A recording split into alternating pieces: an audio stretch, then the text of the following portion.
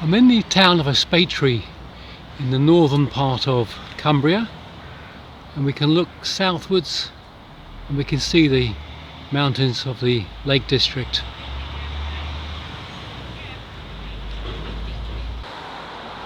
This is the parish church of St Kentigern. The church has a good size graveyard around it, and we'll wander through and pick out some of the more interesting memorials. I show you this because it's nicely decorated and the inscription is still quite clear on it. Thomas Dalzell of Allaby, who died the 28th 1859, and Jane, his wife, who died 1864, and beneath that we have other members of the family. Nice looking stone.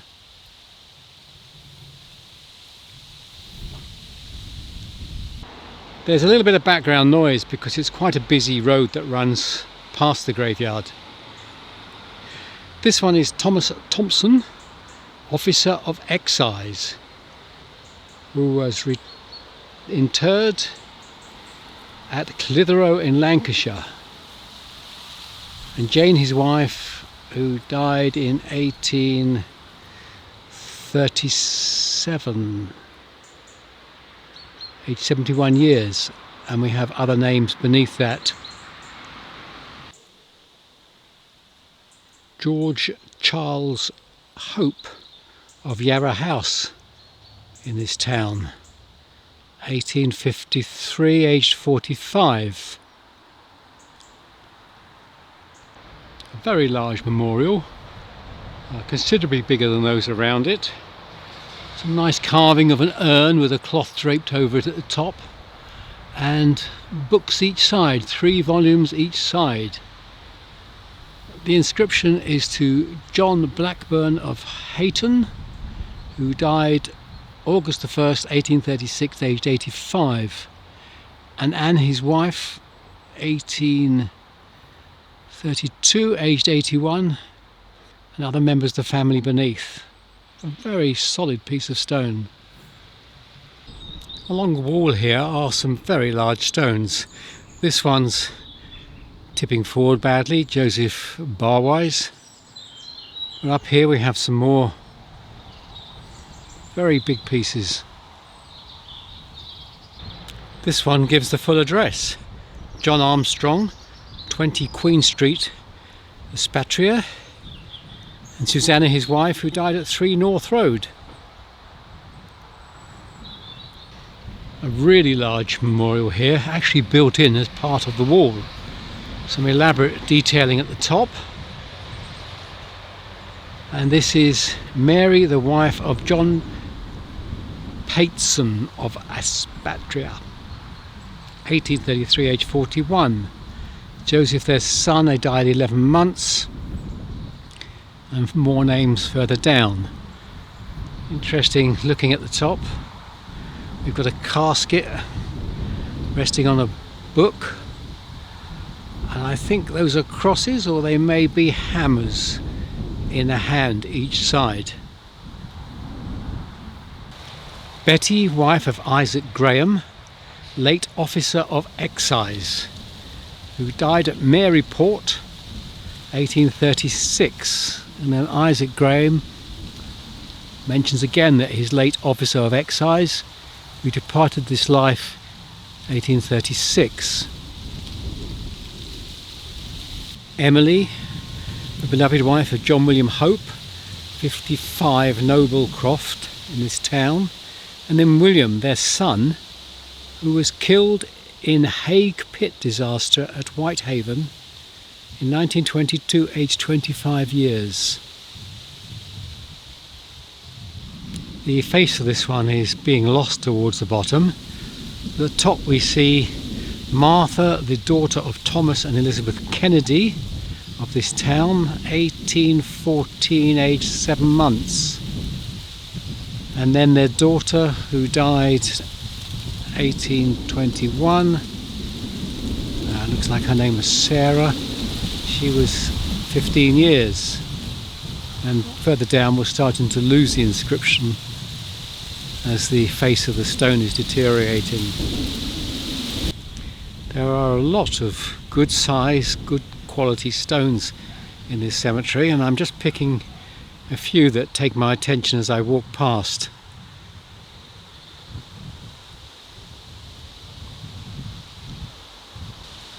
I have to show you this one, although the inscription is not readable. The detail is enormous on it.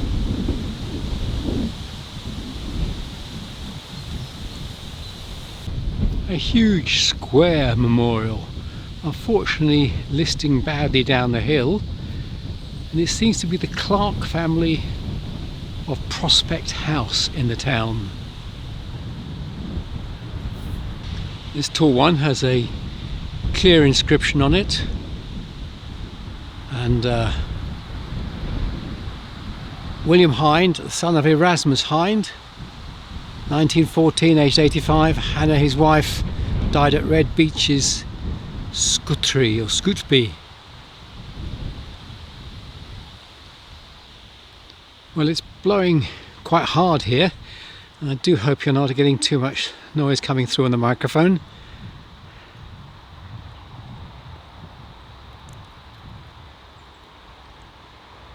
Another one of the taller memorials here, and interesting name, not one I've seen before. In memory of Meyer House Fearon. Meyer House. Died 1864, aged 49. And his wife afterwards, Hannah Bouch, so presumably she remarried, and she died in 1889. Now this one has family information on several sides. There's quite a lot on this side. Joseph Wilson, 1910. Sarah, his wife, 1903. Elizabeth, their daughter, aged 6. Isabella, their daughter, aged 9. Rhoda, their daughter, aged 38. Mary, their daughter, aged 85. So we're getting quite a detailed genealogy of the family here, and there's more on the other sides of this memorial. This one is right at the front of the graveyard, and I would think without doubt is the tallest memorial here. There's inscriptions on three sides, but it seems to be the family of Lucock, Robert Lucock. He died in 1857 in the 70th year of his age, and of Mary, his wife, who died in 1844. On another side, it lists Joseph Locock, lost at sea, 1884, aged 21. Robert Tomlinson Locock, lost at sea, 1893, aged 32. They were the sons of Joseph and Mary Locock. And then it says, died at Escondido, California, 1906. Frank the fourth son of the above, aged 38. The church is open, so let's have a look inside. Well, the church has a very high ceiling on it.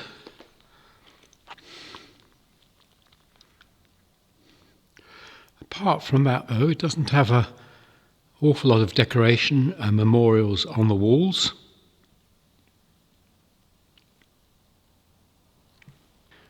There are some plaques listing all the vicars of Aspatria.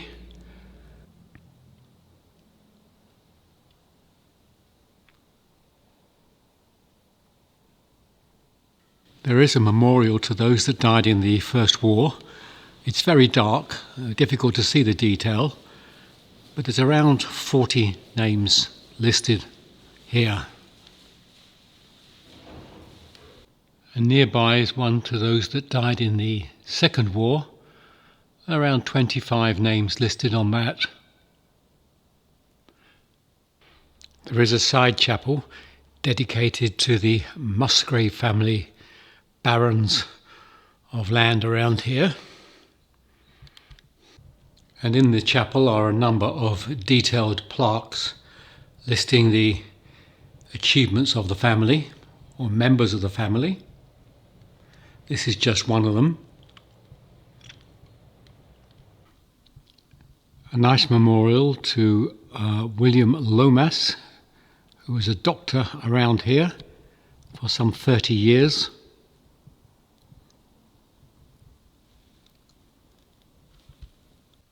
Private Thomas Ponsonby Jackson, born 1881, he died 1900, age 19. For 9 months he served during the Boer War and died of fever. Well, I'm back outside now and I'm going to continue my walk through the churchyard. There's a lot of information on this stone and I won't try and read it all, but the top name is John Gloag of this town, 1854, age 78. Mary, his wife, who died in 1826. Jane, the second wife, 1856. And down the stone we have other members of the family.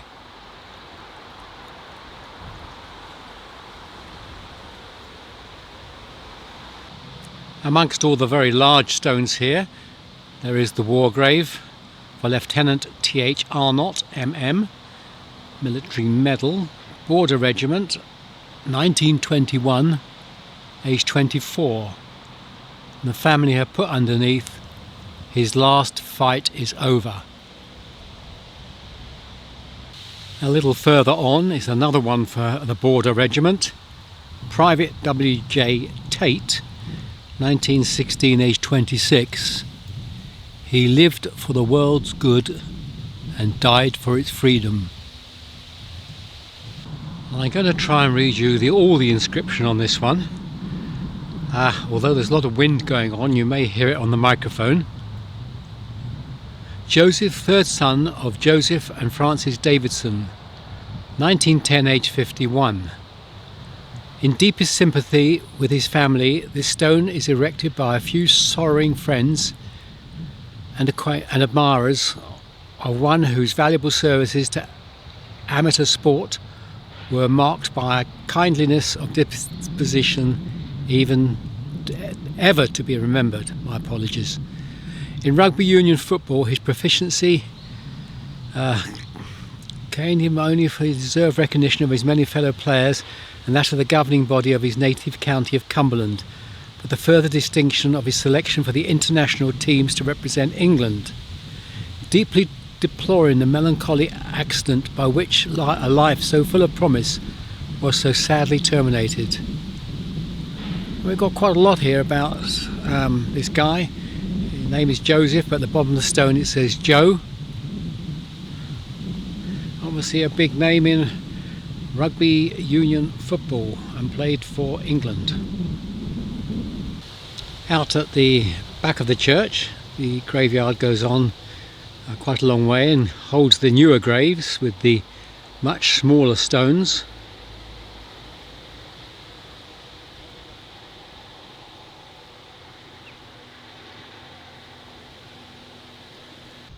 Well, clearly the graveyard is still used. These are very recent stones and still very much cared for graves. This is a child's grave, picture of a child at the top, Hallie Rose Sutton, and the epitaph is a very touching one. I've seen it before in other children's memorials. An angel in the book of life wrote down the baby's birth, then whispered as she closed the book, "Too beautiful for earth." This one for Thomas Edwin Jackson has a picture of, I think it's either a steeplechaser, steeplechase, possibly show jumping at the top.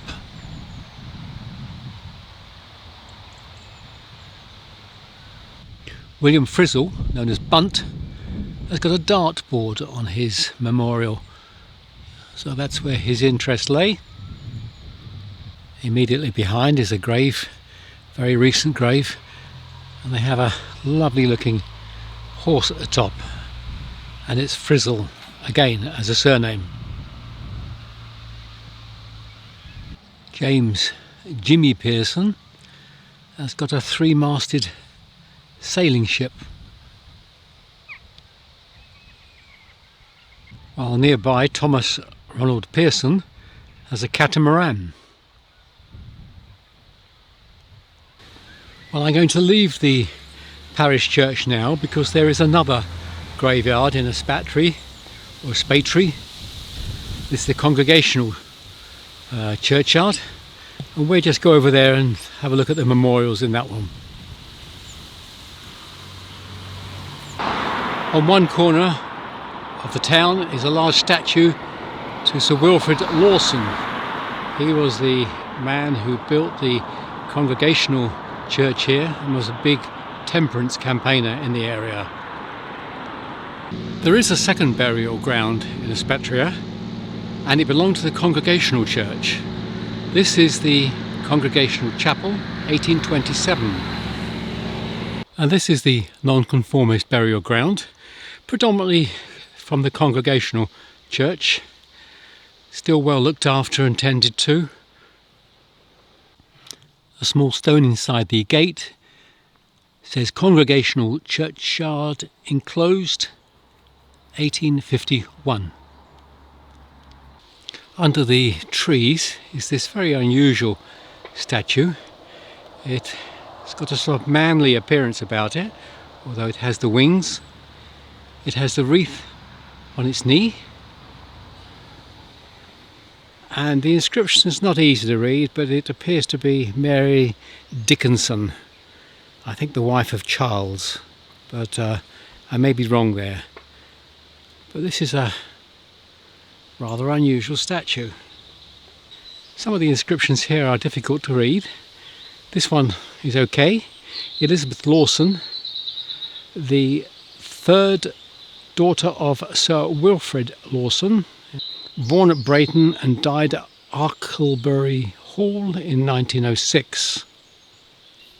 Jonathan Sharp of Blennerhassett, 1869, aged 46, and Elizabeth, his wife, died in 1890, and their infant grandson died in 1873. This is Susanna, the wife of Thomas Wilkinson of Aspatria, who died at Aldale, 1840, aged 29. John, their son, who died 18 months. And beneath that we have other names which are not quite straightforward to read. Christina McCall, wife of the Reverend James Black of Aspatria, who died after giving birth to a daughter, stillborn. That was 1855, and she was aged 35. So poor old Reverend James Black lost his wife and the expected daughter. A later looking stone, Mary, the wife of John Wilkinson of Aspatria, who died 1864, aged 85. Margaret, their daughter, 1895. Joseph, their son, 1895. And their daughter, wife of the late Thomas Bouch of Aspatria, who died in 1895. But right alongside that, and almost hidden by the trees, is this large statue. I would think it's got to be Mary, but there's no indication where that came from, and no monument underneath it, no inscription underneath it. I would think that's come from a building somewhere else, but no story to tell on that one. And then I notice on the other side of that last memorial stone is another statue of two people in an embrace, but it's hidden by the tree. And again, there's no inscription, so I imagine it's come from a building or a standalone memorial somewhere else. Let me just give you a close-up of the image that I can get through the branches of the tree. Another nicely detailed stone with some really nice carving around the top. Thomas Mackenzie, who died here in 1881, and Jane, his widow, who died in 1916. This is towards the front of the small graveyard. Mary, the wife of William Tweedy of Aspatria, 1913, age 66. Beneath that we have William, who fell asleep 1921, age 72. I happen to know that William was the school caretaker and also the Sunday school leader for the Congregational Church in this small town. A little different here, this is a sort of jagged piece of rock, and it's to Joseph Potts, who died in 1911, Alice Eliza Potts 1951, George Chapman Potts 1982, and there's a couple more beneath that. Now the big memorial here is to the Bouch family, and I notice the name Luther Bouch on there and a number of other Bouches. Bouches were quite big in this small town. They owned the main grocery store and one or two other stores, I believe. So Bouch is a well-known, or was a well-known family here. Well, that's it for the Nonconformist Congregational churchyard. So I'm going to call it an end to my visit to Aspatria. And so, till the next time,